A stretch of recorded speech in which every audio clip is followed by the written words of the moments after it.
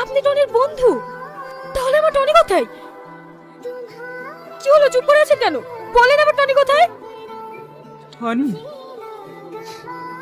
ও আর এই দুনিয়াতে নেই। না, আপনি আবার আমাকে মিথ্যে কথা বলছেন।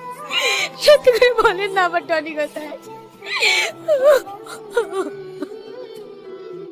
জানি তুমি আমার কথা বিশ্বাস করবে না, তোমার মাকে জিজ্ঞেস করো, তাহলে তুমি সব প্রশ্নের উত্তর পেয়ে যাবে।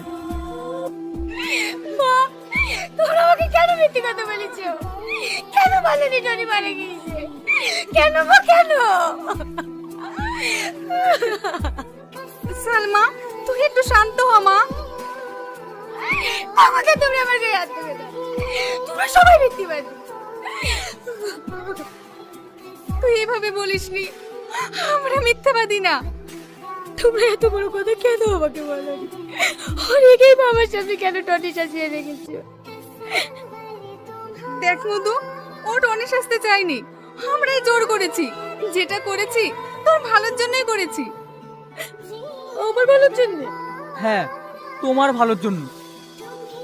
সেদিন টনি, ডাক্তারবাবু, ডাক্তারবাবু, এখানে সালমা নামে একটা পেশেন্ট আছে, আজকে তার চোখের অপারেশন হবে, আমি টাকা নিয়ে এসেছি। ও আচ্ছা, আপনি পেশেন্টের গার্জেনকে ডাকুন, এখানে একটা সই করতে হবে। আমি তো কাউকে চিনি না, কি করে ডাকবো বলুন? ও ঠিক আছে, সিস্টার সালমার গার্জেনকে ডেকে দিও তো।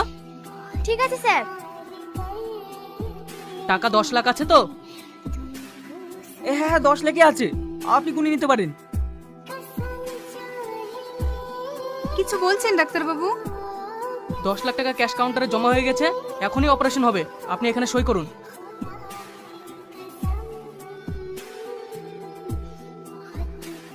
তাহলে টনি কই? টনি আসেনি? না, ও আর জীবনেও আসবে না। তার মানে?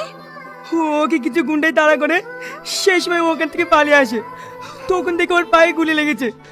আমি যখন ওকে হসপিটালে নিয়ে যাওয়ার কথা বলি, ও তখন আমাকে এই টাকার সুটকেসটা দিয়ে বলে এটা হসপিটালে জমা করতে, না হলে সালমা চোখের অপারেশন হবে না।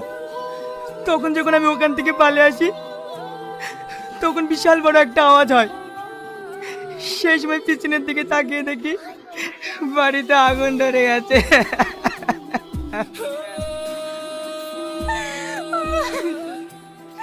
এত কিছু হয়ে গেছে। সালমা যদি টনির মারা যাওয়ার কথা জানতে পারে, ও তো কাঁদতে কাঁদতেই পাগল হয়ে যাবে। ওকে আমরা কি করে সামলাবো গো? না না, এই সময় পেশেন্টকে কান্না করতে দেওয়া যাবে না। অপারেশন করার পরও যদি কান্না করে, পেশেন্ট সারা জীবনের মতো অন্ধ হয়ে যাবে, ভালো করার কোনো চান্সই থাকবে না। তারপরে সোহেলকে আমরা টনি সাজাই, যাতে তোর কোনো ক্ষতি না হয়। বড় ক্ষতি আর কি হবে মা? বড় ক্ষতি তো হয়ে গিয়েছে।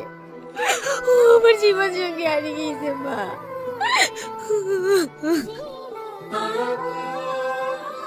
আর কাঁদিস না মা, টনির জন্য কি আমাদের কষ্ট হচ্ছে না? ছেলেটা আমাদের জন্য কত কিছু করেছে। সালমা, চলো, তোমাকে আজকে একটা সুন্দর জায়গায় ঘুরতে নিয়ে যাব। আমার কিছু ভালো লাগছে না, আমি কোথাও যাব না। দেখো, এইভাবে কি মানুষ বাঁচতে পারে? তোমার সামনে অনেক জীবন পড়ে আছে। আমি জানি তোমাকে টনি অনেক ভালোবাসতো, হয়তো ওর মতো আমি তোমাকে ভালোবাসতে পারবো না, কিন্তু তোমাকে ভালোবাসে কোনো অভাবও বুঝতে দেবো না। তুমি যদি চাও আমি তোমাকে বিয়ে। চুপ করো!